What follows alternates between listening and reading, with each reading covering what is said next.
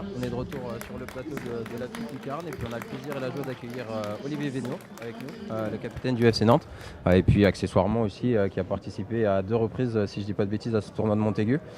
Quel souvenir on a en tant que joueur de ce tournoi-là?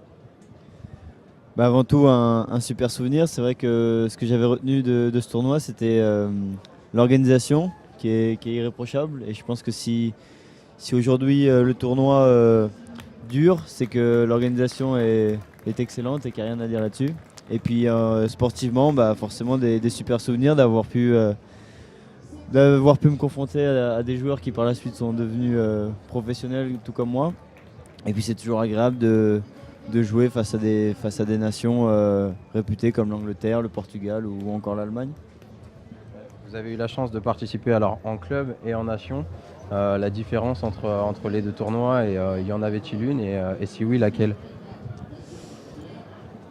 Alors en club déjà, donc j'étais plus jeune. La différence avec les clubs et les nations, c'est que autour des nations, on sent forcément toujours plus d'attentes parce qu'on est censé représenter une sélection de joueurs. Donc a priori d'un niveau, je vais dire supérieur, parce qu'à l'époque c'était les mêmes catégories d'âge. Donc voilà, c'est la différence que j'ai ressentie. Puis les gens, quand on se promenait avec les survêtements de l'équipe de France, forcément nous arrêtaient pour nous demander soit des autographes ou juste de discuter avec nous. Et ça, c'était vachement sympa. Vous avez eu l'occasion de voir beaucoup de matchs justement sur le tournoi depuis le début de Montaigu? Non, pas trop. C'est vrai que j'étais en train de préparer notre match qu'on a joué samedi face à Monaco. Donc j'ai pas trop eu le temps de me rendre ici.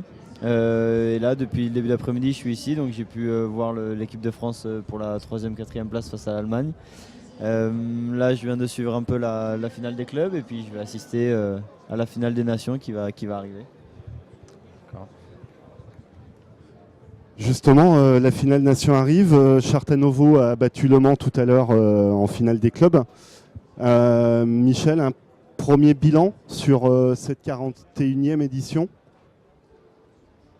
Je ferai deux bilans. Hein. Le bilan sportif est excellent parce qu'on a eu de très bonnes équipes avec l'Allemagne, avec l'Angleterre, avec les Pays-Bas, le Portugal, même les Japonais qui ont fini dernier ou avant-dernier plus exactement, mais très bonne équipe. Les Chiliens étaient plus jeunes mais ont produit du jeu. Dans les clubs, il y a eu un bon niveau aussi. Donc on est content d'avoir la Turquie en finale parce qu'ils n'ont jamais joué la finale, c'est bien. L'Angleterre, un peu habitué. Et puis en club, Le Mans pour la première fois, Chartanovo qui est le petit Clairefontaine, je dirais, de la banlieue de Moscou, donc qui a beaucoup de joueurs qui jouent dans la fédération russe. Hein. Donc ça, c'est très, très intéressant pour le niveau. Et puis le deuxième aspect, c'est sur le plan, je dirais, entre guillemets, kermesse et affluence. Malheureusement, les conditions atmosphériques n'ont pas été excellentes, mais on arrive entre samedi où il a plu, hier où le temps était quand même plus que correct, et aujourd'hui, vu le monde qu'il y a, donc je pense que ce sera aussi une des bonnes éditions. Mais il faut avouer quand même qu'on a eu une semaine quand même un peu difficile compte tenu des conditions. On vous a vu, Michel, sur pas mal de terrains pendant ces 6 jours. Est-ce qu'il y a une nation, un club ou des joueurs qui vous ont impressionné plus que d'autres? Alors moi, le gros désavantage que j'ai, c'est que je vais effectivement au match, mais je rencontre tellement de gens que j'ai du mal à me concentrer sur le jeu. Alors bon, effectivement, ce matin, j'ai vu les Chiliens jouer, les Chiliens qui sont plus jeunes que les autres et produisent énormément de jeux. L'autre jour, j'ai vu les Turcs jouer contre la France, c'était hyper intéressant. Alors il y a des bonnes individualités comme le numéro 9 de l'équipe de France et certainement d'autres. Hein. Alors on peut aussi voir des très très bons joueurs aujourd'hui qui malheureusement ne réussiront pas, puis d'autres joueurs dans des conditions peut-être différentes qui vont passer l'étage au-dessus. Hein. C'est vrai que c'est un peu compliqué pour moi, je ne suis pas le mieux placé pour vous donner les noms des futurs stars entre guillemets. Et justement par rapport à ces futurs stars, Olivier, est-ce que vous avez de votre côté des souvenirs d'avoir affronté des joueurs qui sont devenus de grands professionnels d'aujourd'hui? Oui, c'est le cas. Déjà d'avoir joué avec, puisque dans ma génération équipe de France, il y avait des internationaux qui aujourd'hui sont en équipe A, comme Gaël Clichy, comme Mathieu Debuchy. J'en oublie peut-être certains. Jimmy Briand aussi, qui était dans ma génération. Momo Sissoko, qui ensuite a rejoint la sélection du Mali. Et puis j'ai eu aussi la chance de me confronter à Cristiano Ronaldo, qui jouait pour le Portugal puisqu'il est 85 comme moi et il avait fini d'ailleurs meilleur joueur ou meilleur buteur du tournoi, je ne sais plus. Mais voilà, donc c'est pour ça aussi que ce tournoi est intéressant. Comme je disais, on a la chance de se confronter à des vrais bons joueurs et à des futurs grands joueurs. On va parler un petit peu, sortir un petit peu du mondial et parler un peu de l'actualité du FC Nantes. Vous avez fait un match nul samedi contre Monaco, pas forcément mérité. Enfin, certains disent que vous auriez pu gagner. Vous avez fait une très belle première mi-temps, deuxième qui était plus équilibrée. Qu'est-ce que vous retenez de ce match face à Monaco, qui a quand même un bel effectif et qui a une belle équipe? C'est vrai que Monaco est très très bien rentré dans ce match. Ils nous ont mis une pression d'entrée de jeu. Ils ont eu, je crois, 2 ou 3 corners consécutifs, des situations dangereuses devant le but. Rémi nous sauve de belles situations. Ensuite, on a bien réagi, on s'est montré à notre tour dangereux. Et c'est vrai qu'on finit bien cette première mi-temps en ouvrant le score.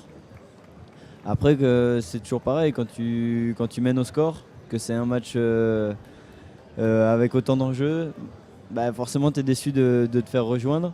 Mais dans l'ensemble, voilà, on a fait une bonne prestation collective en tout cas. On aurait pu arracher la victoire dans les dernières secondes du match. On a revu aussi les images, il y aurait peut-être un penalty qui a été oublié, mais bon voilà, on va pas refaire le match. Mais en tout cas, on a fait une prestation solide et je pense que c'est important avant les 8 derniers matchs de faire des prestations comme ça nous fait engranger de la confiance. Le premier de ces 8 matchs, c'est Angers qui arrive très vite. L'objectif, on suppose que c'est de reprendre, on va dire, les points qui ont été laissés en route sur ce match contre Monaco. Oui, tout à fait. On va à Angers pour gagner. On sait que chaque point sera cher pour la fin de la saison, donc si on peut ramener 3 points d'Angers, ça serait forcément une super opération au niveau du classement. On laisserait les Angevins à distance. Et puis en attendant de voir ce que font les autres équipes, nous on continuera à avancer et à se rapprocher de ce nombre de points qui nous permettra de retrouver l'élite. Très bien. Merci Olivier, merci Michel. On revoit la bande-annonce du mondial et on se retrouve tout de suite avec Alain Durand, président de la Ligue Atlantique de football, et Michel Tronçon, ancien président de la Ligue Atlantique et désormais vice-président de la Ligue de football amateur. A tout de suite.